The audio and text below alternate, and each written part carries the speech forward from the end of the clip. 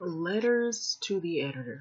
So look at this article out of the US, Yahoo, and it's talking about all these protesters, and this is a group of protesters. They're armed protesters that are dangerous extremists, not upholders of American way. And this is out of the Los Angeles Times. It's an opinion piece, of course. So here's some scenarios that have happened more recently with these extremist protests. So here you see a man that is armed to the T, looks like he's in military garb, and then you see the protesters with flags and signs. Every job is essential. Get workers back to work safely now. And so you've been seeing these people with flags with Donald Trump on it, and a lot of people trying to force people to go back and reopen and force people back to work. So let's see what has happened throughout all of this. To the editor. With all due respect to columnist Doyle McManus, someone who attacks a store clerk and breaks his arm because the clerk asked him to wear a mask is not a knucklehead. A maskless customer who shoots and kills a store security guard because he was asked to leave is not a hothead.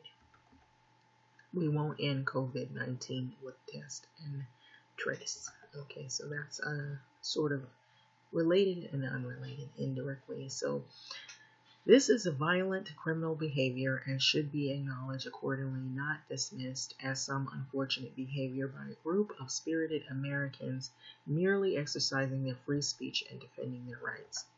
And so when reporters and security officers are threatened, when legislators feel compelled to wear bulletproof vests, when people carry signs saying "Hang Fossey," when protesters brandish their assault weapons, we're far past talking about free speech or the Bill of Rights.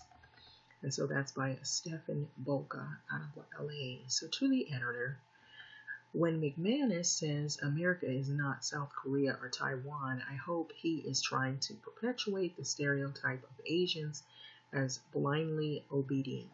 Perhaps a better description of a small but noisy minority of Americans who consider anti-pandemic measures excessive is that they are indeed obedient to a president who rejects the advice of scientific experts, promotes debunked conspiracy theories, intimidates those who with different views, and stokes exophobic divisiveness and places himself above the law.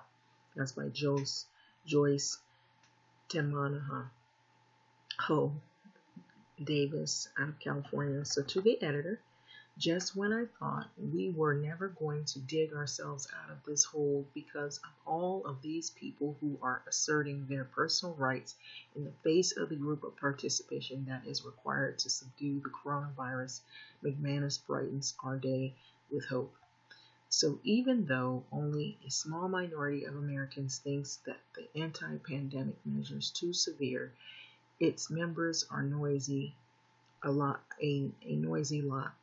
And so when I drive by the beach and see all the cars and all the people on the beaches not adhering to the new rules, I see a local city and county leadership refuse to mandate masks, I think to myself that we are doomed. So when McManus points out that we can contain the virus at 70% compliance rate, a ray of hope appears. My friend and family who are strictly complying with social distancing rules, wearing masks, and will not have done so in vain, will just have to keep at it a lot longer. Len Lorenz, Newport Beach. To the editor, when people force the shutdown of civil government with armed occupation, they cease to be protesters and they become terrorists. If this were to happen in any foreign country, it would be mocked as the indication of a failed state. What response would be given to a group of African American, Muslim, or Latinos? Mark Stephen Rotek out of Carson. And so those are really valid points that people had brought out. That's why it's an LA Times opinion. And so, what do you think about this? If you look at this picture here, and you've been seeing it, blurbs of these protests that have been going around, and there's been many protests about how people on different levels feel their position on this whole pandemic. So, what do you think about this? Is this necessary? Is this causing social disorder? Are they considered extremist groups?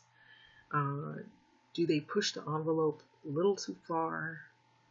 There are a lot of opinions, a lot of valid points that people make, and by him carrying a gun, you notice some people, they are able to exercise their what they call civil and American rights, while others who have been in this country forever, born of this country, raised in the country, if they point a gun, they're shot down like a dog in the street, and we've seen that. But however, others can stand on the steps of government buildings, government facilities, and not be moved and exercise their American rights. Interesting, isn't it? Without further ado, I'm just going to progress onward. And what are your thoughts and feedback on these issues? Leave comments, how you feel. Some people are probably for this, while others probably feel that this right here is not really showing that they're trying to help people. It's more they're exercising extremist, militant ways. And notice here, I have to make mention that you don't see anyone black standing up there with a gun that is promoting their amendment rights. And so let's make that clear, because had it have been the other way around, like the last commenter said, that might not be the picture you see right there at all. He may have been shot down. Thanks for listening.